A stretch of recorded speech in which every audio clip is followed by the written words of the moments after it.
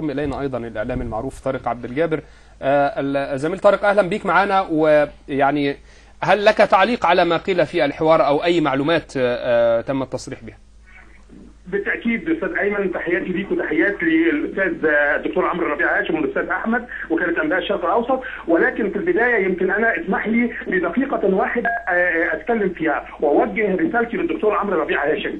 استاذ عمرو، يا دكتور عمرو، احنا بنحترمك وبنقرا مقالاتك وبنقرا كل شيء، لكن هناك من حضرتك دائما وانت تطلع على الجزيره تستخف بعقول مشاهدي الجزيره وتستخف ايضا بعقول كل من يتحدث اليك وتعطي لنا معلومات خاطئه. اولا احب اقول لك انا ليس من انا من انصار الشرعيه اللي هي صناديق الانتخابات، يعني يذهب الدكتور مرسي يروح الدكتور مرسي، انا مش معه. ولو بالعكس لو جاء الدكتور مرسي الان فاول واحد ساقول له ايه لازم تترك الحكم لانك لا تصلح، لان السنه اللي كنا فيها لم تكن هناك فيها حسم. اثنين، انا ضد اي واحد يقتل واحد جندي او سواء كان هذا شرطي او في الجيش لانهم دول ابنائنا. لكن حضرتك بتدي معلومات حينما يقول لك الاستاذ احمد هناك العديد من المظاهرات لهم كانها سينما. لا، حضرتك قاعد في الدوحه واللي بيدي لحضرتك معلومات او عن طريق الايباد او اي شيء، لا ده المظاهرات والمسيرات كبيره سلميه.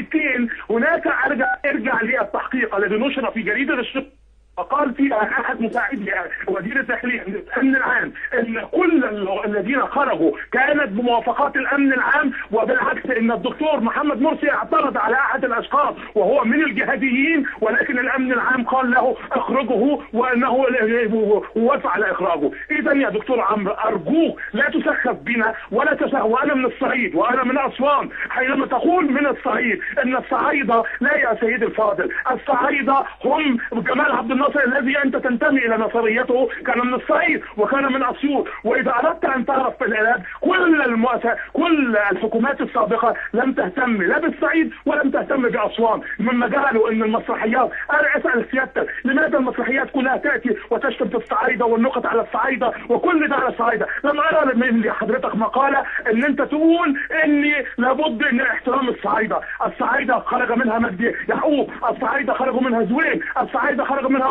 فاروق الباز، كل هؤلاء يا سيد الفاضل. اما ان انت تسخف بمشاهدي الجزيره وتقول ان المسيرات وان هذه قليله، وفي حلقتك مع زميلي زين العابدين حينما كان يصحح لك ترفض التصحيح. طيب. لا، وهذا اسفا وهذا ليس طيب. نقاط اعلاميه. طيب يا استاذ فانا اريد ان اقول لك معلش يا استاذ ايمن دقيقه واحده لان اعلم ان هناك وقت فيه. يا دكتور عم ارجع لمقالاتك، انت راجل باحث. لا اسمح لي يا طارق استاذ طارق يعني طارق بقى ده زميل طبعا. طبعا كلنا عارفينه، ده راجل اعلامي وخلوق ومحترم. يا طارق معلش توضيحا عشان هيقول لك هو كلمه، انا ضد قتل اي ضابط. انت قلت ذلك، بس اسمح لي يا استاذ طارق.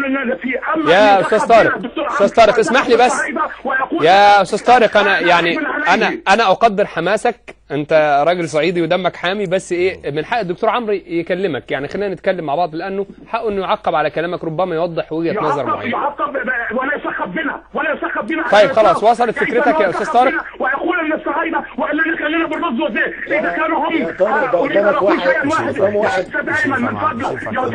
طيب يا استاذ طارق انت راجل اعلامي، لازم ندي الضيف حقه في انه يتحاور معاك. يا دكتور عمرو ممكن ترد على الاستاذ طارق؟ يا استاذ طارق، بدايه انا لا بقول الطرف الاخر بيستغل الصعايده، ما قلتش الصعايده اللي وحشين بالمره. واضح ان الموضوع عندك في حاله التباس او حدث حاله التباس، هذه واحده.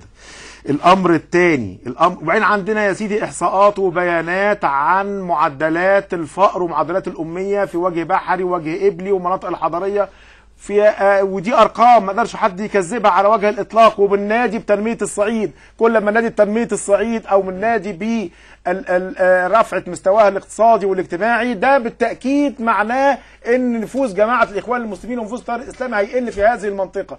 انا لا شتمت الصعايده يا طارق، الصعايده كلهم على راسي. انت بتحاول يعني يظهر انك انت بس الحميه واخداك شويه، ف ارجوك يعني ممكن تعيد الحلقه من تاني لو عندك على اليوتيوب وتشوف ان انا ما غلطتش في اي واحد صعيدي، كله طيب دكتور عمرو كده وضح وجهه نظر. الامر الثاني، ما هو يقال عن مش عايز احول الحلقه الغزلاني ومش غزلاني، لا دي مش دي قضيتي خالص. قضيتي ان كان في يوم 8 اكتوبر الرئيس مرسي افرج عن مجموعه من انصار التيار الاسلامي هم المطلوبين الان. على الاقل اذا كانوا براء بنتكلم على غزلاني، بنتكلم على طارق الزمر، بنتكلم على مش عارف مين، اي سين من الناس ما يطلعوا. مستخبيين ليه؟ يعني ايه الداعي ان هو يستخبى؟ ما يطلع. عدم طلوعه يثبت العكس، يعني ما يطلع. بس ده اللي انا قصدي. طيب لك توضيح تعقيب يا استاذ طارق؟ لماذا تعقيب؟ اذا كان هؤلاء لماذا لم يعترض؟ انت سالت سؤال للاستاذ عمرو لم يجيبك عليه، قلت ان الوزير الدفاع كان في نفس الوقت اذا كان اراد ان يعترض على الدكتور مرسي لماذا لم يعترض في اثناءه؟ لماذا الامن العام لم يعترض؟ لن نسمع اي واحد من المسؤولين يعترض. يا دكتور عمرو ارجوك ارجع لمقالاتك، انت في مقالاتك في المصري اليوم تهاجم الكل وتهاجم التيار الاسلامي، لا تستطيع. اذا اردت ان تكسب الناس انزل انتخابات واطرح عليك سؤال، ماذا لو نجح التيار الاسلامي في الانتخابات القادمه؟ ماذا ستفعلون؟ انت كنت في حزب الجبهه الديمقراطيه بتعمل ايه يا طارق؟ الديمقراطيه طيب. انت لا تريد الديمقراطيه. لا حزب عشان ما نحولش يا حزب الجبهه الديمقراطيه حتى لا نشخصن الامور. اشكرك شكرا جزيلا زميلنا المحترم الاستاذ طارق عبد الجابر الاعلامي المعروف. حزب الجبهه الديمقراطيه من اكبر الاحزاب المعارضه. انا بس عايز معلش اسمح لي. بيعمل ايه في حزب الجبهه؟ طيب خلاص حتى لا نشخصن. استاذ احمد طارق صديقي خلينا كده نتحاور في يعني